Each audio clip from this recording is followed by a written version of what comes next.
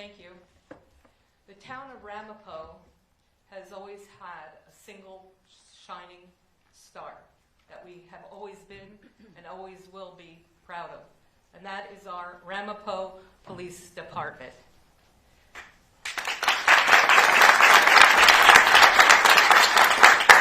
They have always been there for us. They have always been there for every single member of this community. They have always been there for anyone who ever needed to reach out to them. At this point in time, I'd like to introduce the Chief of our Police Department, Brad Wydell.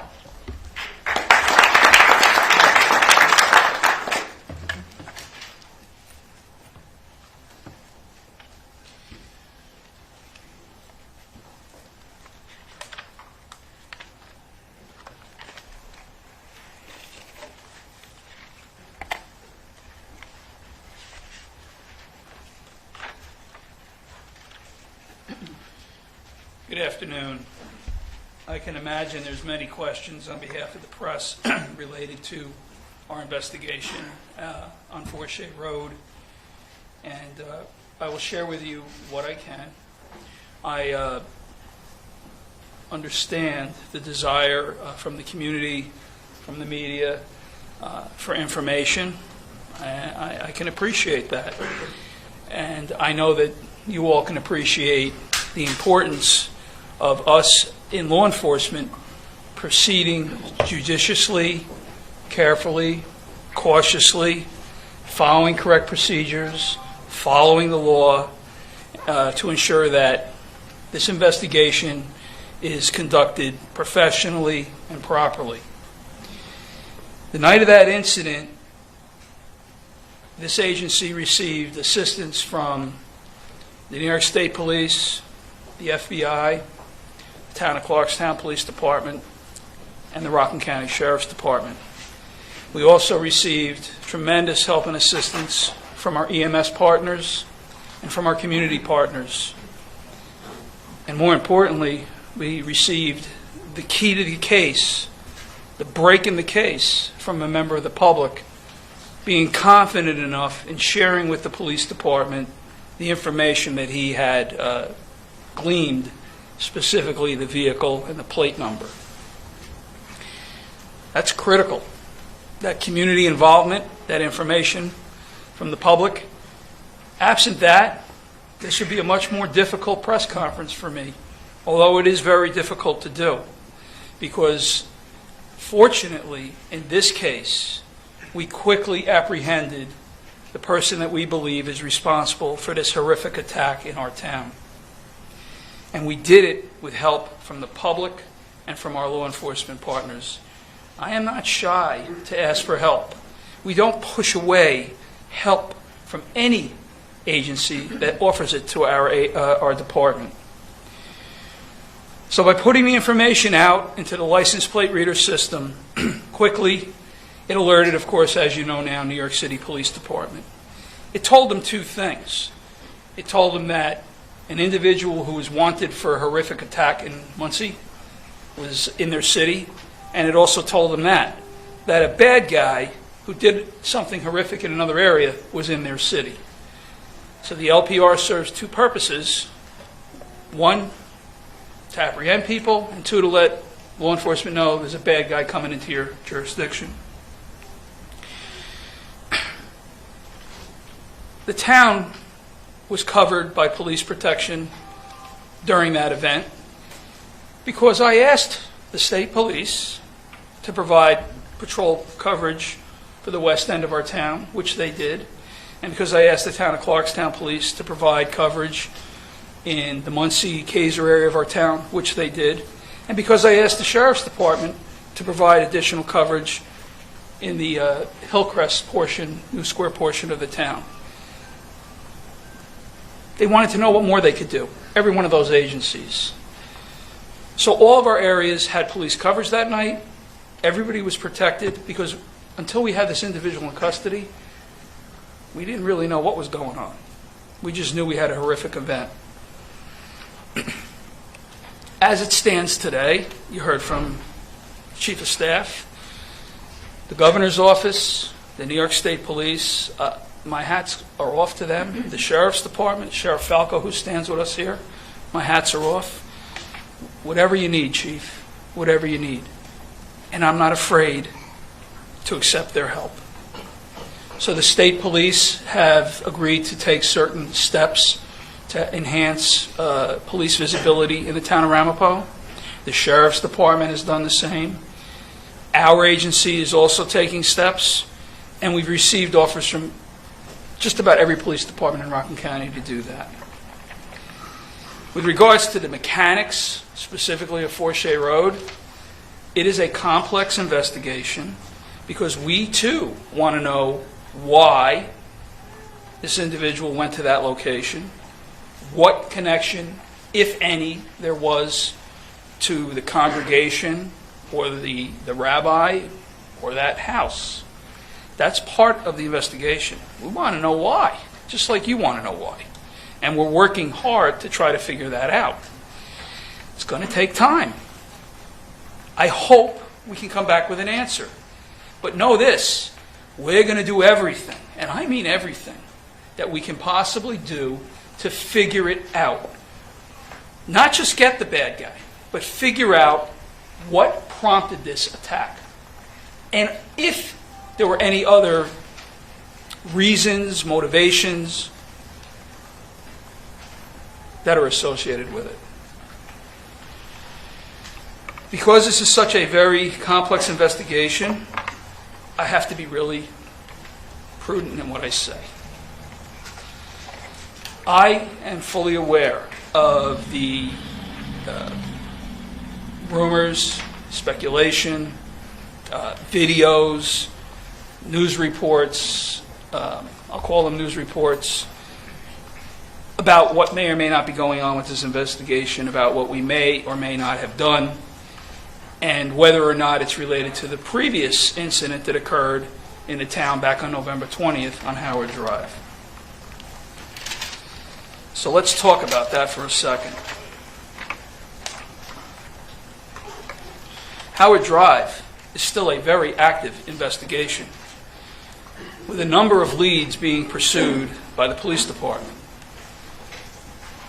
The night of the morning of the event on Howard Drive, information was generated in the form of video of a vehicle that may have been in the area. Well, it was in the area, but may have been involved in the incident. I wish the video was better. That video was shared with, we took that video, we went to a number of professional body shops. What do you guys think? They thought it might be a pilot. Thought it might be a pilot. Not that it is a pilot. We then went to the FBI with the video, and we said, can you enhance this video? And they worked very hard to try to get us something better on the video we had. Even with the best enhancement tools available from the FBI, at this moment in time, I cannot stand here and say definitively that it was a Honda Pilot. And neither can the FBI. This is very important because I cannot say it was a Honda Pilot. Looks like it could be one.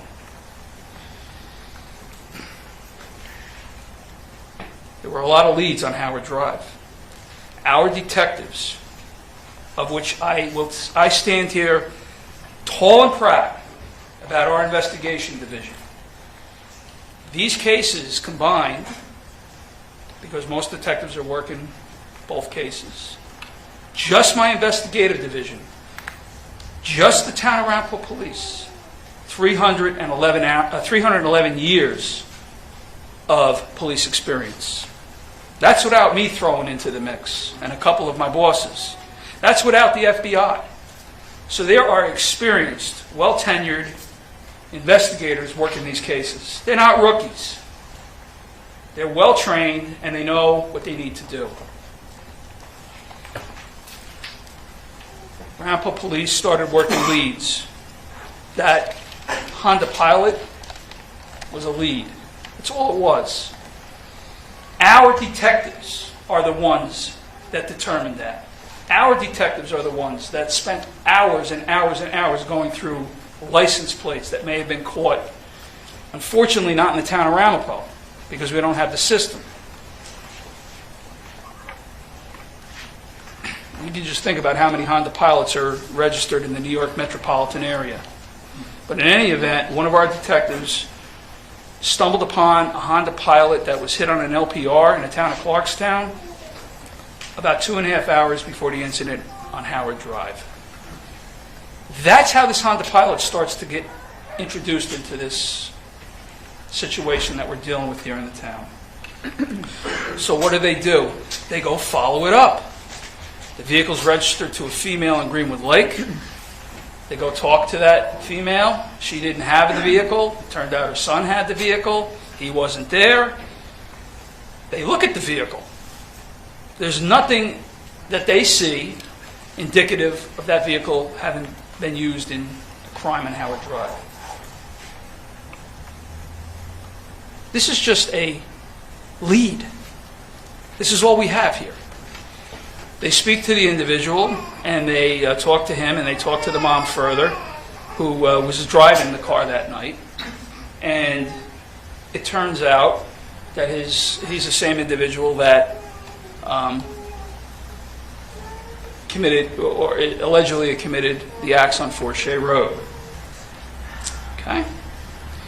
But we didn't know that at that time. We didn't know anything at that time. And we had no evidence. And we had no probable cause to do anything other than follow a lead. Okay? Which we did. And it didn't go away. It was kept in the lead sheet system.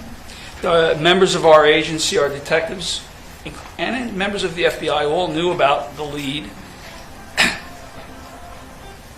Forshey Road happens. This individual is taken into custody by NYPD, and we hear the name, and the detectives go, wait a minute, isn't that the guy we interviewed from Greenwood Lake? And the answer is yes.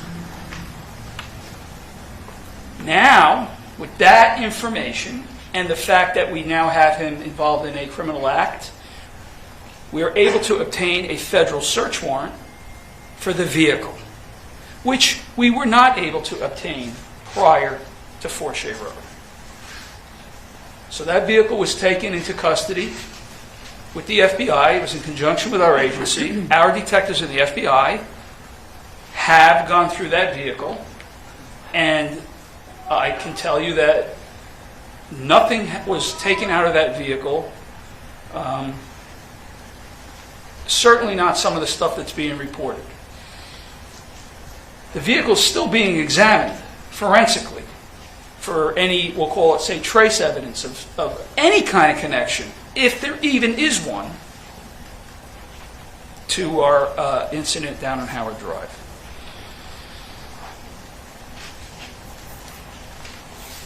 I hope that gives some explanation about why people believe that this individual may have been involved in another act. But I have no evidence at all at this time to indicate that. None. As I said the first time we talked, we have to operate with evidence. As I said the first time we talked, this chief never said that the incident on Howard Drive was not a hate crime. I simply said we have no evidence to support that contention. And I made it very clear that if we got that evidence, that would certainly be something that could change the equation. That's the world I live in.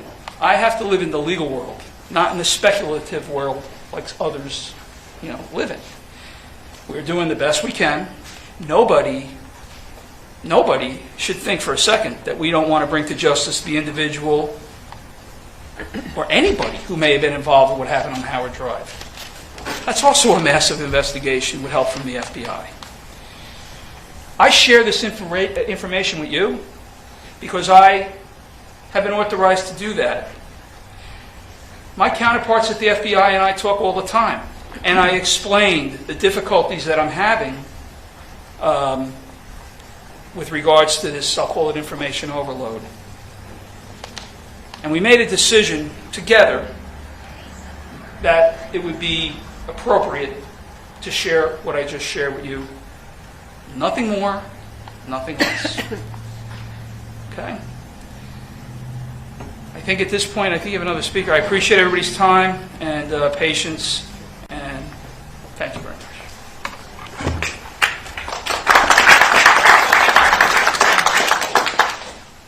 Thank you, Chief.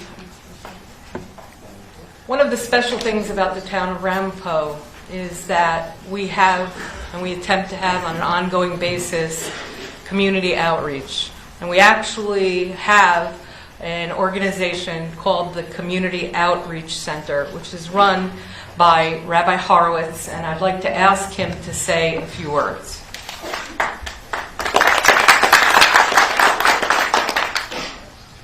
Thank you, Mona. First, I would like to thank, on behalf of the community, the Supervisor Specht, Chief of Police, and Sheriff, and all law enforcement that have been working tirelessly since Saturday night, since this horrific tragedy, and they've been working around the clock. They've been assuring the community and working out there. Earlier today, the supervisor along with Mona met with school leaders, private school yeshiva leaders here in the community, to hear from them what they need, and assured them that the town is out there adding security, adding police with the state police and the sheriff. I'm going to be very brief, but I would like to ask permission from the media and all in attendance. Since in the Orthodox community, as you all are aware, there are many children and many families that their home language is Yiddish. I would just like to brief them in Yiddish for just a minute or two, just to update them what the chief has just said, so they are aware and they can share it with their children. Ich stehe du jetzt mit der Chief of Police in der Ramapo Supervisor, wie sie haben übergegeben, als tun alles, was sie kennen, zu bringen the investigation further, in to add security in the town, in police presence. Und so haben wir gesehen über die letzte paar Tage, als Menschen du anstut, als elected officials kommen heraus und reden, but the chief sagt, als hat sie geliked actual presence of police. Und nicht nur reden, es ist du police presence in the community. So dann wir sehen the state police, wir sehen the sheriff, wir sehen the town police. Auch du als unmarked cars. The federal government is involved in, wir sehen als unmarked cars. Noch eine Sache, was hat gebeten, sehr wichtig, ist, so du was heißt, if you see something, say something. Wenn man sieht etwas, soll man es übergeben. Man soll riefen und übergeben anything, was man sieht. In Avada darf man gedenken, als Hinai Layunim Elohishon Shem Yisroel, in the Beshefer Heatons, and with the protection of the town of Ramapo, this town has been one of the safest towns, and it will return that way. We will be a safe town, and we appreciate, again, all their work. Thank you.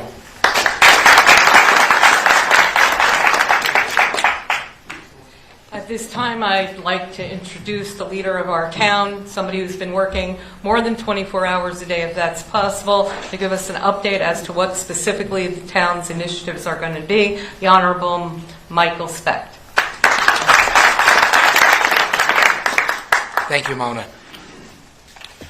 The way the United States looked at the world changed on September 11th, 2001. That was when we woke up to the threat of international terrorism, and we realized that things had to change. The things we took for granted had to be reviewed, and we had to become ever vigilant against the threat of terrorism. Well, December 28th, 2019 was Ramapo's own version of 9/11. We will never view the world the same since, and we will never act in the same way since. We will take every precaution to keep our community, make our community safer, and keep our community safe. Ms. Cohen asked when she spoke that everything can be done to make everybody throughout the community and throughout the state safer, and that is our goal. We have short-term and long-term initiatives in place or about to be put into place to do that. On the short term, as Rabbi Horowitz had mentioned, we have increased our police presence throughout the town. We have added additional patrols. We've added additional police sector cars to make sure that we have a greater presence and a greater visibility on the streets. We want our residents to be safer, and we also want them to feel safer. And to do so, they have to see the police are out there on a daily basis in front of their homes, their places of worship, their schools, their stores, wherever people may need protection. We have been fortunate to have partnerships with the sheriff, with neighboring towns such as the town of Clarkstown, with the state police, all of whom have lent their aid in adding to our patrols and enhancing our safety, and we were very grateful for that help. We had a meeting this afternoon with people from the governor's office and the high-ranking members of the state police to discuss additional methods of vigilance, additional methods of deterrence to protect our town and our community. We want to make sure that no place of worship, be it a synagogue, a church, a mosque, a Hindu temple, or any place or any school, ever suffer the bloodshed that occurred this past weekend on Forshey. In addition to the increased police patrols and police physical presence, we are going to install license plate readers ringing the town. Every entrance and exit road from the town, we intend to have a license plate reader, as well as within the town. As we know, this individual was apprehended due to the fact that license plate readers are installed on the George Washington Bridge and in the city of New York, and he was captured very shortly once he got off the bridge. By having license plate readers in the town, we might have been able to stop him before he even left the town of Ramapo, before he left Muncie. The town of Clarkstown has had that in process, and they've seen the benefit of it. I appreciate the help of our fellow supervisor from the town of Clarkstown, George Holman, who has given us the specifications and details for the license plate reader system that they have so that we can get started on planning our needs. But this is a costly endeavor. For what we need, it will cost us over $1 million, possibly $2 million, as well as several $100,000 a year to adequately maintain them. We've been meeting and working with our representatives on the state and federal level, Governor Cuomo, Congresswoman Nita Lowey, Congressman Elliot Engel, Senator Gillibrand, Senator Schumer, Senator David Carlucci, Assemblywoman Ellen Jaffe, and of course today, Senate Majority Leader Andrea Stewart-Cousins, seeking the funding, seeking the help that we need to finance this and get grant money toward it. We don't have an answer yet, but we know that they're all committed to helping and doing whatever that can be done so that we can obtain what we think is a vital system that will keep us safe. It will deter crime, because people will know if you come into the town of Ramapo with the intent to harm any member of our community, we will find you, we will catch you, and we will stop you.